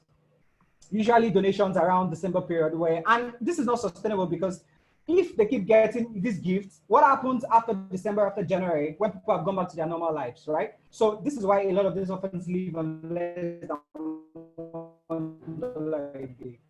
Now, what we're thinking is we're trying to build a marketplace to help orphans, like they make products, you know, sometimes they make bags, they make shoes, they make products. So we're trying to build a marketplace so that they can sell those products. Now, a lot of the examples that you've used in Blitzscaling are focused on tech companies. How can an NGO like TOES that is trying to deploy a marketplace model, how can we use Blitzscaling to really achieve profitability? That's the first question I have. Excellent question, Benga. So one of the things about Blitzscaling is we very explicitly say that it's something that different organizations can use. We don't restrict it to business. However, what it does mean in the NGO perspective is you have to seek a different way of funding the operations. So the venture capitalists are not going to invest money in an NGO. However, you may be able to raise money from foundations and other philanthropists, or you may be able to make money from your operations. And you have to identify what is the source of money that allows you to fund that growth. If it's donations, then you have to figure out a way to ramp up the donations and scale those up. If it's operations, then you can design it much like you would design a business. Now, one of the interesting things that NGOs can do that businesses cannot do is that they may be able to tap into volunteers, right? If you're Apple and you're like, oh, wow, we need help manufacturing these phones, let's get some volunteers to do it. Like, no one's going to do that. I mean, Apple's a $1 trillion company. They're going to say, why aren't you going to pay me? And yet with an NGO, oftentimes people will say, wow, I'll do some work for you for free. Now, there are downsides to this, which is to say, when people work for you for free. If something comes up, they're like, sorry, man, I couldn't come in. What are you going to do? I'm not going to pay you. You're not paying me anyways. So it can be very difficult to use volunteers for that purpose. What you have to do is you have to say, okay, I need to build a system that does not just sort of assume that we're going to plug volunteers into the place of employees, because you simply can't count on volunteers to a certain extent. You need to develop a more resilient system where even if people flake out or people have to drop a project and a new person comes in, that the overall process has already taken this into account and can still succeed regardless. And using that resource to fund growth, basically people are donating time as opposed to money, is one of the unique things that NGOs can do that the businesses can't do. The final thing is I would mention in the book Blitzscaling, we do talk about a number of NGOs. The other thing that you can do as an NGO is to partner with someone to have them provide the service that you might otherwise have to pay for. And there's an example in the book of a company called an organization called Dress for Success that would collect donations and help women who wanted a better life dress up professionally for job interviews and things like that. And what the founder did was she struck up a partnership with women's shelters. And the women's shelters would send people over to be helped. So they would screen and filter out and say, these women have an opportunity to get a job. They need to be helped with outfits that are going to make them look professional. But in return, they also took some of their volunteers and staffed the stores where those clothes were being prepared and tried out on people. And so that was a way to grow without necessarily having to raise money by partnering and getting someone else to provide the labor. And again, it was sort of a barter. It is, we'll help your clients. By the way, that also helped them figure out who to help. So it was technically also providing some assistance. And then in exchange, you're going to help us actually staff our stores. So there are very creative ways that nonprofits, NGOs, can grow that are not accessible to businesses. That being said, of course, it's easier to grow a business that's wildly profitable than it is to grow an NGO where you continually have to raise money. But that doesn't mean it's not worth doing. Okay, I'm thank going you to so try to much. hold. I'm going to try to hold this. So, apparently, I'm too. I'm not loud enough. Let me. Are you guys able to hear you clearly? Okay. Thank you. Okay. Yes. Thank you so much. So the main business that I run is called ePower, and it's a digital agency where we build websites and mobile apps to help connect businesses with customers. Now, the thing we run a digital agency is that some months you get projects to work on, and some other months sales are down. So like our sales are like, it goes up, down, goes up. So sometimes like we get a big project, and then some months we spend the profits from those projects paying salary. Now we figured out that if we're able to create like a digital product, something that can bring an income-based subscription model, that will really help. But then the issue is the ideas. Like we've been exploring some ideas, but with our unique experience building websites and apps, how do we find a winning idea, like a product that really can build scale? What's that process like for you, and what's your advice for us? So when it comes to searching for an idea, what I often advise people to do is to do the opposite of what most entrepreneurs do. And that's to try to figure out what market you want to serve first. Most of the time, people start off thinking about what product they want. And what that leads them to do is to build a product and then try to find someone who's willing to buy it. What I think is much better is to find someone who has needs and the money to make those needs get solved, and then figure out what those most important needs are. And the reason is that if you are able to specialize in a particular market, you can meet one of their needs, and then you can meet another need, and you can meet another need after that. There's a natural expansion vector. So what I would do in your situation is to look to the clients that you've already had and see what are the common threads that draw them together. What are the market segments that you are serving? For example, it might be law firms. Just throwing one out there. I'm not particularly fond of law firms as customers, but let's just say it's law firms. Then you would say, well, let's figure out what their needs are. We know they need websites, but are there other needs they have? Is there something that we learn about that they always complain about in the course of our work that maybe it's something we could solve for them? And I think that if you have this market in mind, it's a lot easier to focus. If you don't have a market in mind, you're just like, we should build something great. Yeah, it's hard. You're probably going to fall back on building something that you yourself would use, but you are not your market. I'd much rather have you speaking with the people in your chosen market, understanding what their needs are, observing them, although at this time it would have to be done via Zoom rather than in person, observing them and seeing what obstacles they run into that you think you could fix. Wow. Thank you so much. Thank you so much, Chris. Thank you. Thank you very much, Chris. I want to use our time very well. Benga, thank you so much. It was good having you on the call. Okay, thank you. I want to use our the time we have left very well, and I would like you to throw some light and talk briefly about how to build relationship with mentors, with investors. How to culture those relationships. Absolutely. So I think that one of the reasons that I've had some success in my career is because of building relationships. And building those relationships over time is not necessarily easy. It takes a lot of consistency. And I think that one of the reasons why I've been able to be successful in building relationships is because I've been consistent over time, as opposed to something that I tell people not to do, which is to only show up when you need something, right? And so providing value all the time is the way you build relationships. Demonstrating that you care is the way you build relationships. Let's take on the question of how you can develop a relationship with a mentor, because that could be something that's very important to you. So in developing a relationship with a mentor, the key question is, what do I have to offer the mentor? We probably can't offer them money. The reason they're a mentor and that you're looking up to them is because they're successful. And you probably can't give them money in order to be a mentor. You probably wouldn't want to do that anyways. So what are you really offering them? Well, you're offering them the chance to have an impact and to help someone build maybe something that really matters to them. So let me give you an example.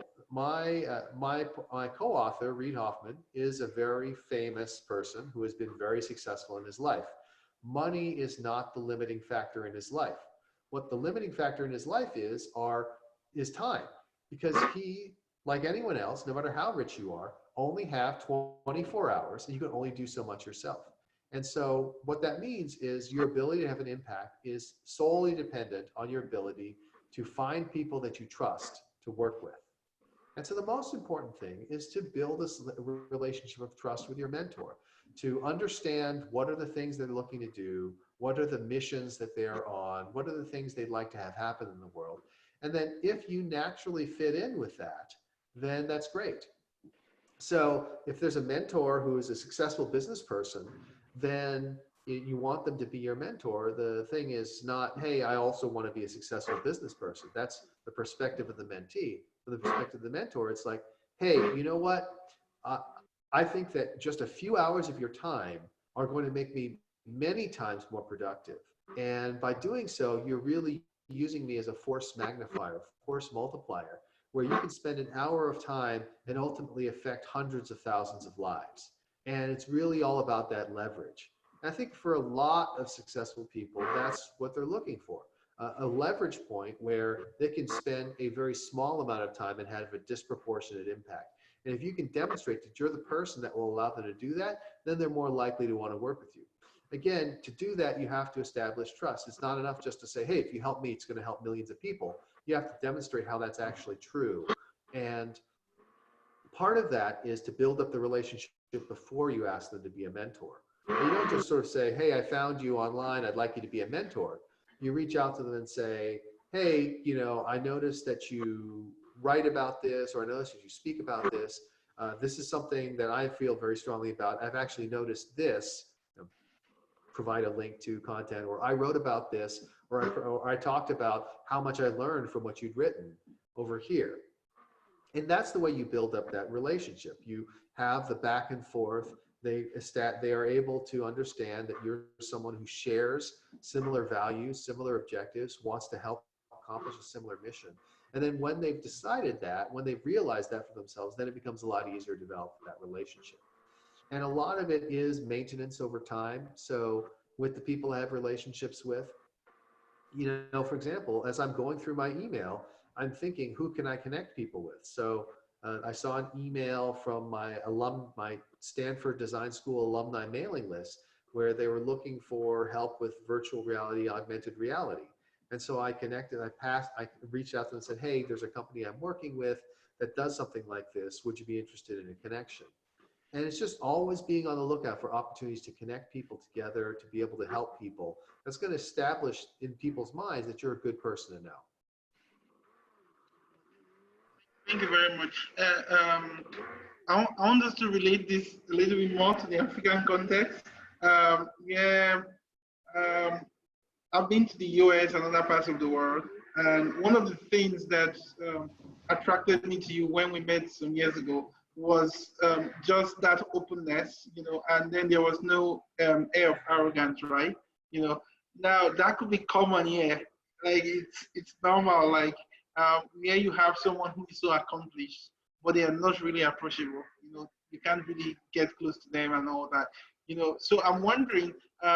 For a lot of leaders and entrepreneurs or professionals on this call who kind of admire someone, how do they reach out to those people, considering that within the African context, respect is very, very important.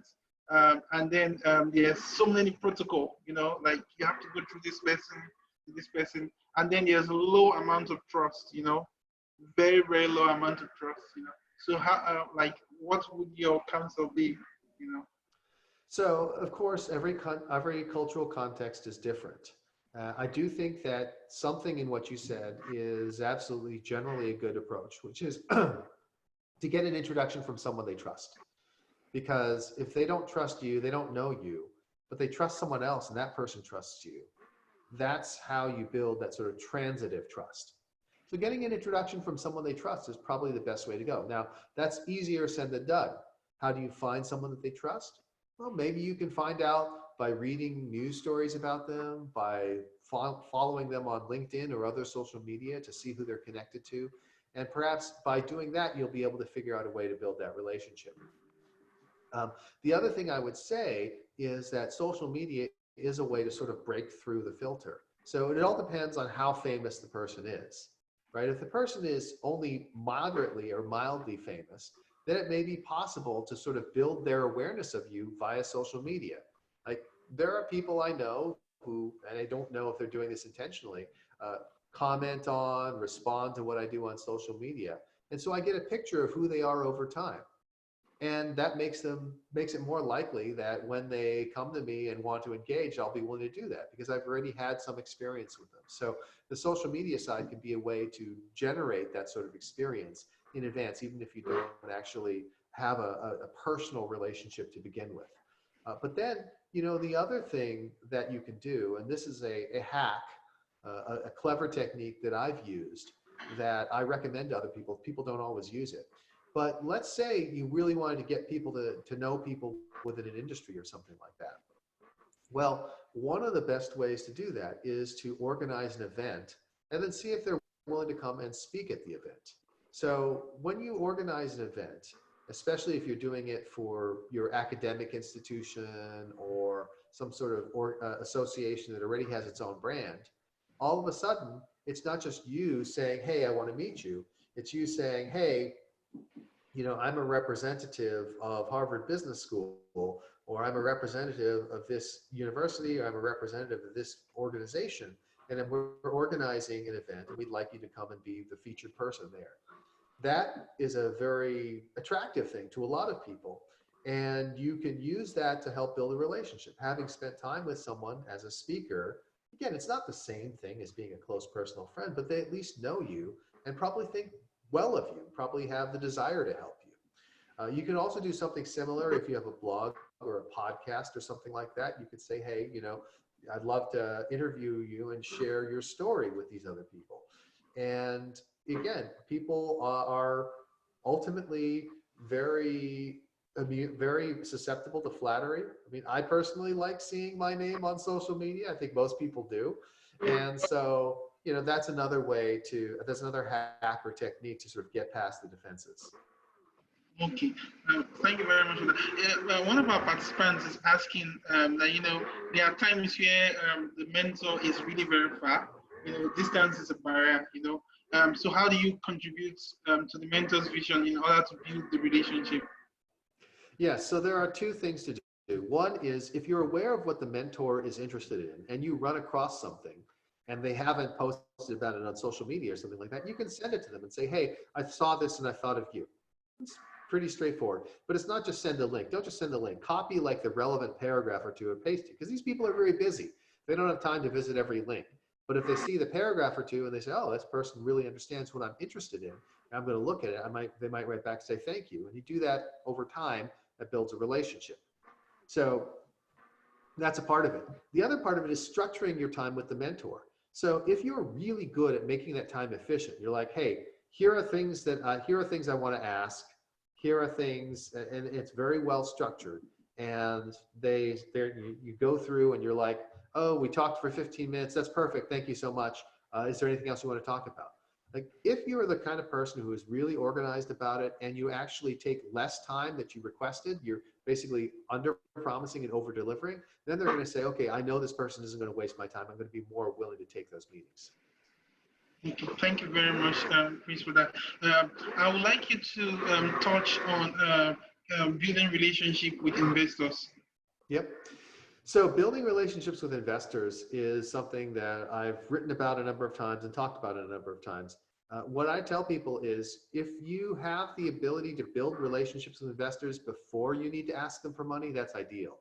Because would they rather give money to one of 1,000 strangers that has showed up on their door asking for money, or do they want to give money to their personal friend? Now, in order to develop a relationship with the investors, you have to actually share some sort of interest, right? You don't just sort of go to them and say, hey, you're really rich and successful. I'd like to have you as a friend. That really doesn't succeed. There has to be something where there's a shared interest. You can learn a lot about a person's shared interest by what they do on social media, what they write about, what they're passionate about. And if you happen to share that passion, then that gives you a natural way to start building that relationship. And let's say somebody is really passionate about model railroads, just as an example, and you happen to be passionate about model railroads as well, and you're like, oh wow, I saw you're really into this. This is the best documentary about model railroads I've ever seen. I don't think you've had a chance to see it. You should really check it out. Sharing passions is probably the best way to start building that kind of relationship. And again, in this day and age, the beauty is we can learn a lot about people from their social media. You should bear in mind, again, that things get different the higher up a person gets, the more famous a person gets. At a certain level of fame, it's likely that they're not doing their own social media. It may be that there's an entire team of people doing stuff, so it may not help as much. I know when I worked for David Shaw, who is the billionaire who started the company that I and Jeff Bezos worked for long, long ago, he didn't have social media. There was just public relations. And they had stories about how he collected cactuses. And I asked the people in public relations, like, oh yeah, we made that up. He doesn't actually give a crap about cactuses. We just wanted to make him seem more human by having this random interest. So, social media at a certain level or press at a certain level, you can't necessarily believe. But for most people, if you look and you believe that that's their authentic voice, then there probably is a good opportunity there. Okay. So, in summary, what would you recommend as the top 3 attitudes that an extraordinary protege should have? Great. In terms of mentor-mentee relationships. Absolutely. Number 1, you should be very proactive. Your goal is not to ask people what to do. Your goal is to say, I've got these 3 options I'm trying to decide between. Or I'm trying to make this project happen, and I'm curious if you know anybody who is also interested in the same thing. That's very different than saying, what should I do? How should I do it? Right? Being proactive and being the one who allows the mentor to react instead of having to do the work of figuring out what direction to point you in is really important, because again, they're very busy. And most people are far more willing to react than they are to create. A fact that I should be glad about, because I'm an author. I write content that people react to it. If everyone was out there creating content, there wouldn't be a need for authors and thinkers like me. So make it easy for people to react. Be the active one. The second thing is to really have a clear mission that you're trying to accomplish. Right? It's the person who is a mentor probably has mentor relationships with a number of people. And it is ideal if there's very clear branding in their mind of what you're doing. And if you're like, I am the global warming person, I am the educating women person, or whatever that mission happens to be, it needs to be clear in their minds, because they're going to have to try to label you because in their mind, because there's so many people that they're trying to work with and help. So consistency there and being very clear about what you're about is really important. And the final thing is just what I described before, which is that you act as a faithful steward. So what do I mean by that? What I mean is you don't go to them with everything. You go to them with the things that they're uniquely positioned to help with, where there actually is a decent chance that they will be able to help. Every time you ask someone for help and they say no, that's actually a bad thing, because unconsciously they're thinking to themselves, well, maybe this person doesn't understand what I'm about. What you want to do is you want to get people to say yes, just like you would in a negotiation.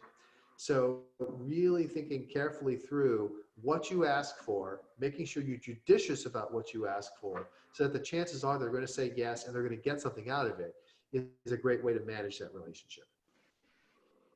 And would that apply also to an investor? Or Absolutely. Absolutely. This applies generically to anyone where there is a power imbalance, and they're in the position to help you, and you want to build as good a relationship with them as possible. Okay, thank you very much, Chris. I love asking this question, and that is, if you were in Nigeria, right? I do know that we have a lot of Nigerians on this call, and you were probably between the age of 20 to maybe 40. You know, right now, at this point in time, what are the top three things we should be thinking about as young entrepreneurs, young leaders, as professionals? What are the top three, like if you're in Nigeria right now, in our shoes, like what are the top three things we should be thinking about? So a lot of times people ask this question and they're expecting me to talk about some specific industries or technologies. And it's like the old television, the old movie, The Graduate, where somebody comes to it and says, plastics, that's what you should be into. And what's funny about that, of course, is that plastics is an answer for a very specific time. And it's not something that 50 or 60 years later is even relevant. When I tell someone, plastics are the way to go, no, not necessarily. But if I tell someone, hey, AI is the way to go, what's that going to sound like 5 years from now or 10 years from now? I have no idea. So what I do instead is I say, well, it really boils down to a couple of general principles in life. Principle number one is to be very anchored in reality, especially when it comes to yourself. The ability to be self-aware of what you're good at, what you're not good at, what you're interested in, what you're not interested in. That's sort of the core of everything. And being anchored to reality, and while you can be optimistic, still understanding what's likely to happen, that is something that's always going to stand you in good stead. It's going to make it more possible to do all the things that I talked about in terms of figuring out what mission you can accomplish and figuring out how you can enlist the aid of mentors and investors and other people in order to do that.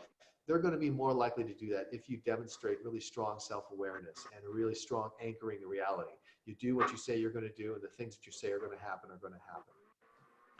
The second is to really figure out for yourself how you learn.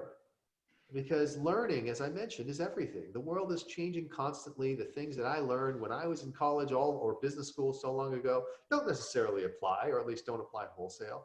You always have to be learning new things and figuring out what is your habit for consuming information. Who are the people you talk with to learn from? What are the ways that you take courses or try stuff or have a hobby or what have you? So all of these are things that you should do. And then the final thing is just always find a way to help other people. The more you're able to add value, the more people are going to want to be associated with you. So if you're always finding ways to add value to help other people, they're going to keep asking you back and deepening those relationships. So those would be the three things I would talk about. And somebody summarizing self-awareness, learning, and adding value. Great, I love it. Thank you very much. Thank you very much. I don't know if Jude is on the call. Jude is an entrepreneur based in Nigeria, and he is an Ashka fellow also. He has a question for you. Wonderful. Hello, Jude. Hello, Mene. Yes. Yes. Okay. Great, Jude. Okay. Yeah, it's been nice listening to Chris and you. It's been quite insightful and very useful. I just wanted to ask Chris a question. If he has an opportunity to advise the government in Africa on three things they can do to create an environment for sustainable businesses in Africa, what will he tell them? Jude, do you want to turn on your video? No, it's okay. Okay, great. He's not wearing pants. That's why he doesn't want to turn on the video. Okay. This has actually happened a lot in the news recently. I don't know. There was in America, there's a program called Good Morning America. And somebody was, one of the remote correspondents was shooting from his home. But these days, people don't have camera crews. They're doing their own positioning of the cameras and everything. And then it was only afterwards, with the broadcast, people realized he wasn't wearing pants. He claims he was wearing shorts. I don't know whether he was or not, but the shorts were very short. So it was quite a shock to American audiences. Anyways, in terms of the things I would advise various African governments to do in order to facilitate this kind of innovation. So the first thing I would advise is, to the extent that they can, they need to either invest in or enable the creation of infrastructure. And I think that mobile infrastructure, internet infrastructure, roads, and these are things that private companies, especially when it comes to the physical infrastructure of the country, can't really do much about. And obviously, if you look at the ability to build out the infrastructure, we talked about logistics and things like that. You can build out logistics, but you can't, as a private company, but you can't build the roads. So the infrastructure continues to be an important role that the government has to play. The second thing is to establish a regulatory regime, which is more about figuring out how to codify after the fact rather than trying to come up with rules in advance. Because the government is full of these bureaucrats and civil servants. They're doing their best, but they're not experts in your business. They're not experts in technology. And if they try to come up with rules in advance and they say you can't do something until we give you permission, they're likely to slow down that progress. So it's far better if they provide a safe harbor for people to experiment, and then they work hand in hand with private industry in order to figure out what the right regulations and rules of the game are. And so I would certainly encourage the governments to do that. The final thing I would encourage them to do, and this is true for governments everywhere, not just in Africa, is to make sure that they continue to emphasize the educational system. So it is just a fact that the human capital of a country is going to be more and more important in the future, even more important than the resources or financial capital. And the best way to develop that human capital is to make sure that the school system is strong and enables people to learn. And again, this is something where I know that in many countries, the public school system is not as strong. People have to pay for private schooling or tutoring or what have you. And that is terrible because what it does is it creates a greater inequality. Those who have can afford those kinds of additional services. Those who do not, cannot, and are at a disadvantage. And it makes it even harder for there to be mobility for people who are born poor to achieve and succeed. And so providing more of a level playing field and a boost on the education side, I think is a really important policy. Thanks very much. Thank you very much, Jude. Thank you very much, Jude. Very quickly, Chris, I know you have been speaking a lot. I follow it on social media. You've been talking a lot about the COVID-19 pandemic, and you've been doing a lot of analysis of data. I'm going to follow up with you on that later. I wanted you to speak about your thought pattern, your wisdom with regards to the COVID-19, and how I know you've been doing a lot of talk about the US. So I don't know if you've had some form of insights or concerns you might be having right now for the African environment, especially Nigeria, where we're really very populated. Yes. So the COVID-19 pandemic is, of course, the most important thing that's happened in our lifetimes. It'll probably be the most important thing that happened in our lifetimes, unless, of course, aliens land or something like that, even crazier. So this is a huge thing that is dramatically impacting the world. A lot of people have said, well, we'd like to reopen the world and get back to normal. And I don't think we get back to normal. I think that even if we develop vaccines and treatments that really make this more like a flu, the fact that everyone was locked down, the fact that everyone experienced things like remote working and things like that, there's going to be fundamental behavior changes, habits that have changed that just aren't going to go all the way back. I think that, saying that the world is completely changed in every way is foolish, because we're projecting from our current experience, which is so different than our previous lives. And in fact, I do expect that in, I don't know the exact time frame, but let's say 24 months, 36 months from now, will I be sitting at a table in a restaurant eating dinner with someone and everyone won't necessarily wear masks? I think that's quite possible. So I think that some elements are going to return, but I think that we should understand that habits are going to change and remain changed. And things like travel, things like restaurants and so on and so forth may be still at a reduced level. Now, when it comes to the pandemic and what it means for entrepreneurs, I think that first and foremost, and this is something I started warning people about. I did something for the Middle East folks back in the middle, probably the end of March. I said, look, this is not, a lot of people at that point were saying, well, is this going to be quick? And I'm like, this is not going to be quick. This is going to be something that lasts for months. And until we have effective treatments, we don't have the ability to reopen, because at any point in time, the infection can then crop up and begin to spread again. So this is something which will be a long-term, at least a medium-term thing that we have to deal with. And the way to figure out if we're on the road to recovery is to look at the treatments and to follow very closely the clinical trials and seeing, are the doctors finding ways to treat this so it is much less dangerous. Now, thinking about the context from an African perspective, there are a couple of unique things that are going on. There are positives and negatives. On the positive side, the demographics of African countries collectively are better suited to this than, say, the demographics of European countries. Europe is a very old continent. This is a disease that disproportionately affects the elderly. And that's one of the reasons why, even though the United States has seen the most deaths of any country, Europe is seeing has seen more deaths per million members of the population than the United States, because they are older countries than the United States, and Africa is younger than the United States. On the other hand, in many cases, the public health systems are not as strong. And there are also quite a number of people who are immunocompromised due to the HIV epidemic. So these are things that would be potential negatives for the pandemic in Africa. So I think that a lot is going to depend ultimately on whether or not the treatments are going to arrive. The best thing to do right now is to undertake measures to slow down the spread of the disease, so that as many people as possible are going to be able to benefit from treatments, as opposed to going through the disease without effective treatments. Now, in terms of what is this going to mean for entrepreneurs in the African continent, I think that in many ways it's an opportunity, because it's dramatically accelerating the need for people to do things via their cell phones or electronically rather than in person.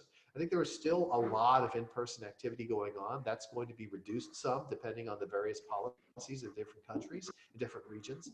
And so I think that for those of you who are counting on some sort of digitization, this actually is a good opportunity. But again, it's going to be different in each geography. Things are going to play out differently in Kenya than in Uganda, than in Nigeria, because these are very different places, very different sets of circumstances. So look to your local area to sort of understand what are the behavior changes. Talk to end users and customers and figure out what they've done differently now than they did before the pandemic. Thank you very much, Chris. I want to be very respectful of your time.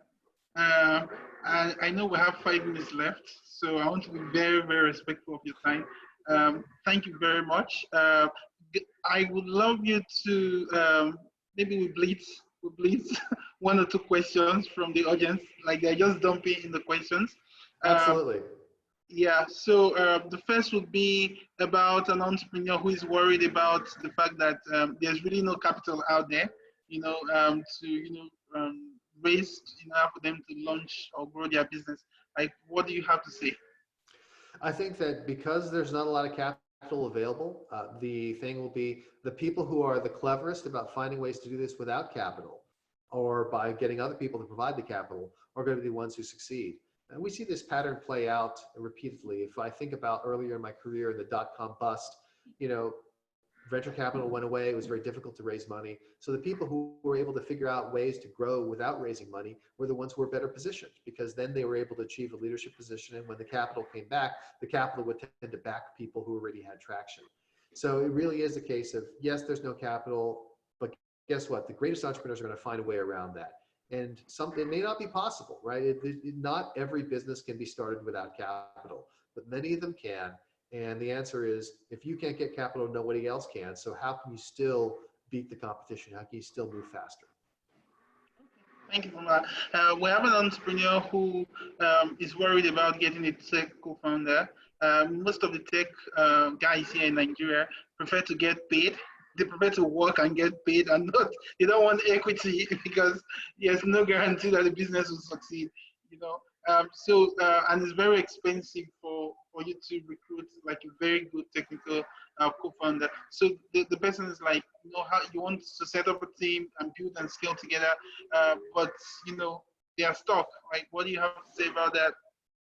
So this is a challenge even in the United States, where technical people, if they may want to work for equity, but they could always just go work for Google or Facebook and make a lot of cash.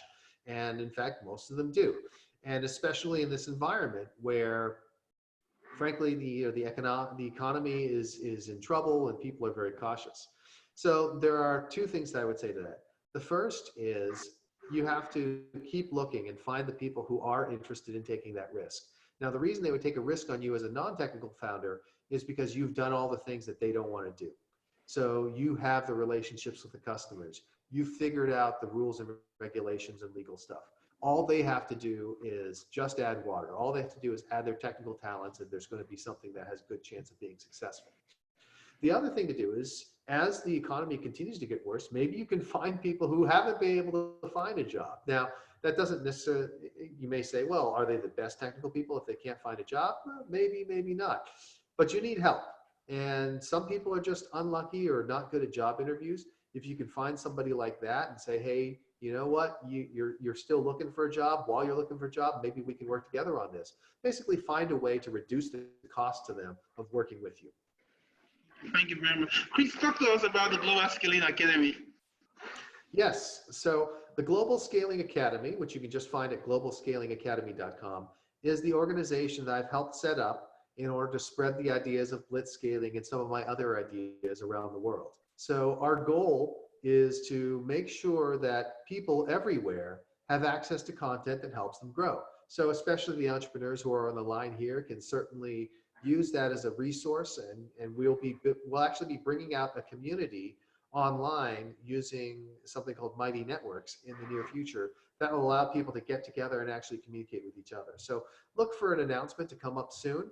One of the ways, by the way, if you really like what I had to say and you want to make sure you're in touch, you can go to my website, chrisyeh.com, CHRISYEH.com, and I blog there, so a lot of my content is there. There are also links to where you can find me on Twitter and everything else. Again, just always look up Chris Yeh and you'll be able to find me. And you can also sign up for my mailing list so that when new content comes out, I can let you know about it, or when new opportunities come up, I've got something new that's being launched, you'll be alerted to it. And so you can do that by clicking the subscribe link at the upper right-hand side. And finally, as you know, on chrisyeh.com, you see that there's a podcast that you can subscribe to where you can hear my thoughts on things. I do speaking and consulting, especially, for example, if people want me to come and give a talk remotely. It's a lot easier these days. Obviously, I cannot fly to Africa right now. Nobody can really travel, but I can still do things like this event and help spread the word and hopefully help have a positive impact. Chris, thank you very much to these wonderful leaders from across Nigeria. I'm very grateful. I look forward to having more time, I look forward to having more wonderful time with you. Thank you so much. Thank you so much. And people, please help me say thank you to Chris. We're good. Hello. Okay. from Thank you African so much, farmers. Chris. Thank That's you. wonderful. Thank you so much. everyone. I see the thanks coming in. I appreciate your being willing to take the time out of your busy schedules to do this. Blessing, I'm so happy that we got a chance to do this. It's been a while. It's been a long time since we saw each other in person, but hopefully we will be able to do so again when this is all over. Okay, thank you very much, Chris. Have a great time. Have a great Thank you, time. Chris. Thank you, everyone. Have a great evening. Okay.